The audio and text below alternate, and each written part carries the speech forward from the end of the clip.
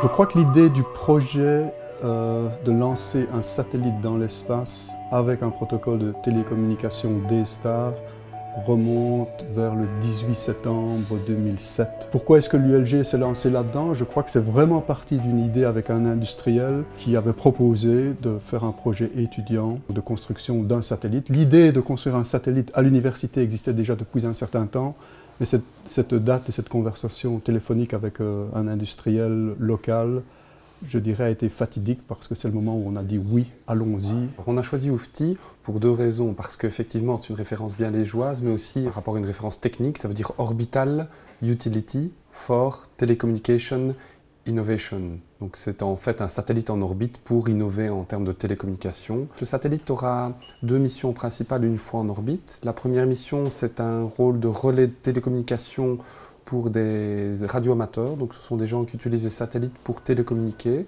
Il pourra transmettre à la fois de la voix et des données, donc simultanément. Et le deuxième rôle du satellite, c'est de tester un nouveau type de cellules solaires, des cellules telles qu'on les trouve sur les toits des maisons, mais avec des propriétés un peu différentes. Et elles ont la particularité d'avoir un très haut rendement, donc une très grosse efficacité. C'est un projet éducatif, c'est-à-dire le projet est réalisé par des étudiants, donc le satellite est conçu, construit, certains éléments testés au cours de nombreuses années par des étudiants qui débutent en début d'année et puis qui passent la balle à la génération suivante en fin d'année. Et donc il y a ce renouvellement d'équipe qui constitue quand même une difficulté du projet. Les étudiants aussi, ce sont des étudiants, donc ne travaillent pas toujours à 100% sur le projet.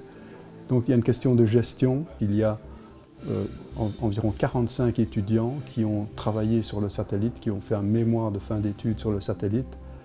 Et donc, si vous voulez, la matière grise, une grosse partie de la matière grise associée au projet Oufti se trouve dans ces travaux de fin d'études. Je pense que les étudiants ont acquis des compétences un peu uniques par rapport à ce qui est enseigné dans des cours. Ils savent travailler en équipe, collaborer avec des gens d'autres disciplines, donc quelqu'un qui fait de la mécanique peut aussi comprendre les difficultés et les défis de quelqu'un qui fait de l'électronique ou de l'informatique. Donc ce genre de compétences ne sont pas souvent développées dans un cursus universitaire classique.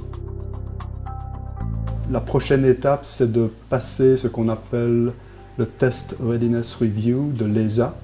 Donc il va confirmer qu'on est bon pour passer à l'étape suivante, qui est une série de tests environnementaux reproduisant les conditions que l'on rencontre dans l'espace au niveau pression, température, etc.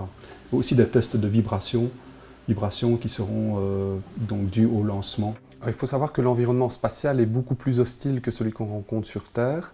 Donc la durée de vie qu'on a planifiée pour ce satellite est de 1 an. Et là, le facteur limitatif principal, c'est les radiations qui nous proviennent de l'espace et du Soleil, qui vont détruire les composants électroniques au bout d'une année. C'est devenu une aventure assez folle et je crois que personne n'avait imaginé à l'époque qu'il nous faudrait autant d'années pour arriver à un satellite fonctionnel, testé et prêt à aller dans l'espace.